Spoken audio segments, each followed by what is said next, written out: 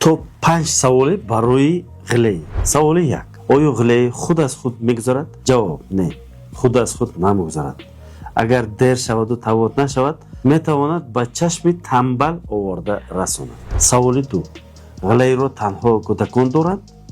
جواب نه، کلانسالان هم میتوانند داشته باشد، تنها شکل و سبب فرق میکند. سوال 3. غله را تنها با جراحی تبابت میکند؟ جواب نه، همیشه در بعض حالات ها عینک، مشق یا تبابتی اسبابی کفایه میکند.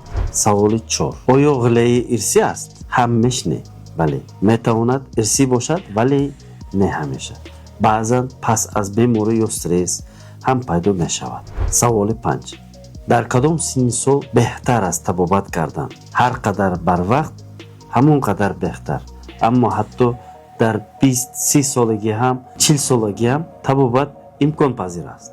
اگر شما یا فرزندتان یا خویشتان چنین مشکل دارید با تأخیر نگذارید. در کلینیک کوزداری ما برای هر سن سال حل درست داریم.